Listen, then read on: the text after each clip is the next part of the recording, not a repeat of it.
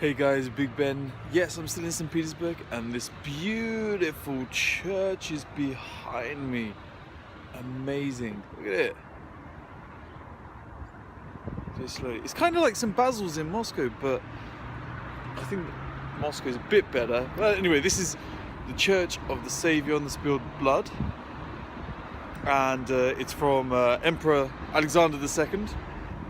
He died in something like 1881. And the imperial family built it for him. Nice present, nice going away present.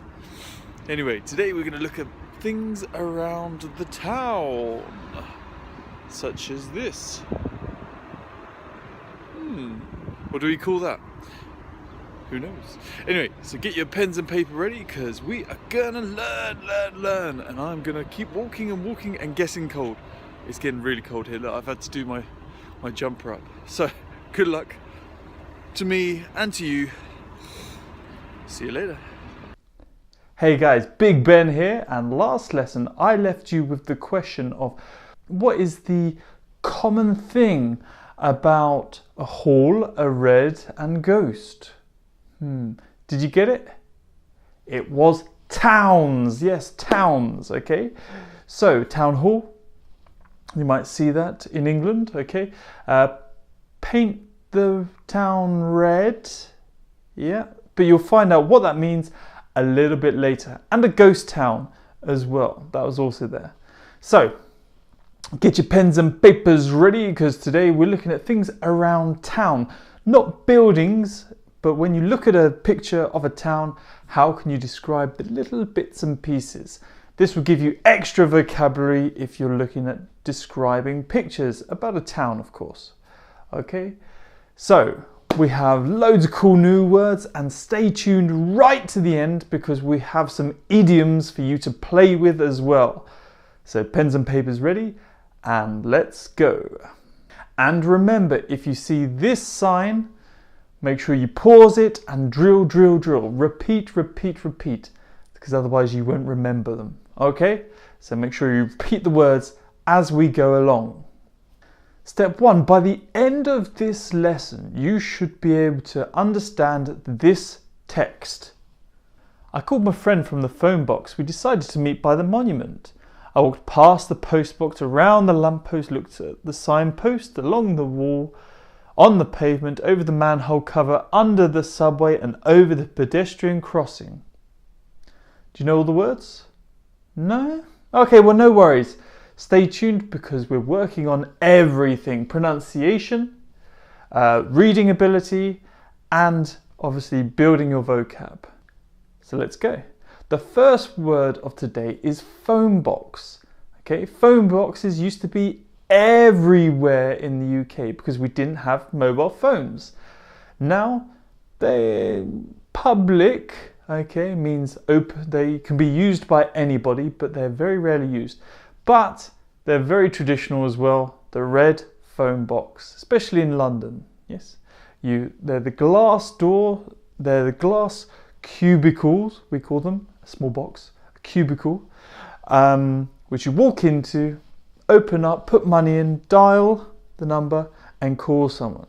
This is called the phone box. Yeah. Also, Doctor Who uses a phone box. His TARDIS is an old phone box. Okay. You open up, you're going, time. Phone box. I called my friend from the phone box. Next two words we have are statue and monument. Statue and monument. Well, a statue is usually of a figure. It's a stone figure, okay, usually big, okay, that is just stopped there. Statue.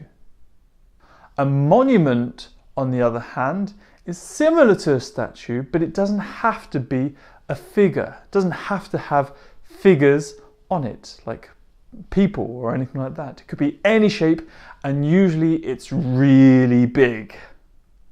Monument. Usually to remember something. There's a monument outside Washington DC, the White House. Yes, the big long monument. Monument. statue. We decided to meet by the monument. Postbox. Now when you think of London, there are a few red things. Phone box maybe, a bus, but definitely a post box as well. A post box is a big metallic structure, okay, that you put your letters in that you want to send to your friend or a company or someone, okay? A post box. I walked past the post box. Post box. Lamppost. Now, obviously at night it gets very dark. So what we have are these poles with a light on top. And that's called a lamppost. In America they call them streetlights. But in Britain we call them lampposts. Lamppost. Around the lamppost. Signposts. Signposts are very useful when you're looking for something in a city. They're a pole, again, with a sign saying, that way to the museum, or that way to the underground. This is a signpost, a post with a sign on top. Signpost. Next two words are walls and fences. A wall is usually made out of bricks, so we can say a brick wall, okay, or stones, stone wall. They're a barrier so that you can't see over, or go through, okay. This is a wall. Usually people have them around their gardens. A wall. A fence is very similar, but it doesn't tend to be as strong unless it's made out of metal. It's wooden, it's either made of wood or made of metal. Sometimes you can see through a fence or see over a fence. Okay? They're there to border around something. Wall, fence. By the wall, along the wall. On the pavement. Now, when you're walking, you have the road next to you, okay? And the cars are going past. Well, that is the road, and you have the pavement. In America, you call them sidewalks, and in England, we call them pavements. To walk along the pavement. On the pavement. So you're walking on the pavement when suddenly on the floor there is a circle on the ground. And if you pick up the lid, the top, and you put it down, there is a big hole in the ground. This is called a manhole, okay? And this is a manhole cover. You look down and there's the sewers, it goes underground. Sometimes a bit smelly. There's water down there or something like that. This is called a manhole cover. Man, hole, cover. Manhole cover. Over the manhole cover. Subway or underpass. Subway or an underpass is a crossing. So here's a road, okay, and you're walking along and there's no crossing here. So you must walk underneath and up again, down the stairs, under the road and up again. This is called a subway. Now in America they call the subway the underground, and in Britain we call this the subway or an underpass. Make sense? Go under and it's a pass, an underpass or a subway. Okay? Underpass. Subway. In the subway or under the subway. Under the subway. Now conveniently, if there aren't any subways around, there are usually a pedestrian crossing. Now a crossing is any place to cross the road, to go over the road from one side to the other. This is a crossing. Pedestrian is someone who is walking in the city. This is a pedestrian. Could be a businessman, could be a tourist, doesn't matter. Someone who is walking in the city. This is a pedestrian. So pedestrian crossing is some crossing to get you from one side of the road to the other. Usually with a zebra, like a black and white, black and white, black and white lines, and usually with traffic lights. Green, amber and red lights, and usually it has a green man for go, yes, you can walk across, or red for you to stop and don't walk across.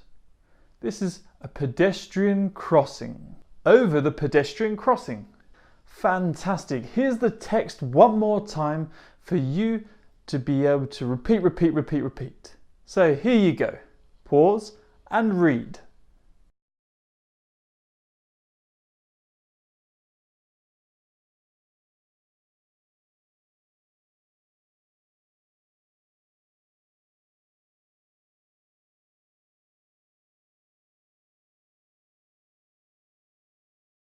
Now, as a result, can you describe this picture? Use there is and there are. So there, for example, there is a pedestrian crossing, or there is a manhole cover. Let's do it, you can do it.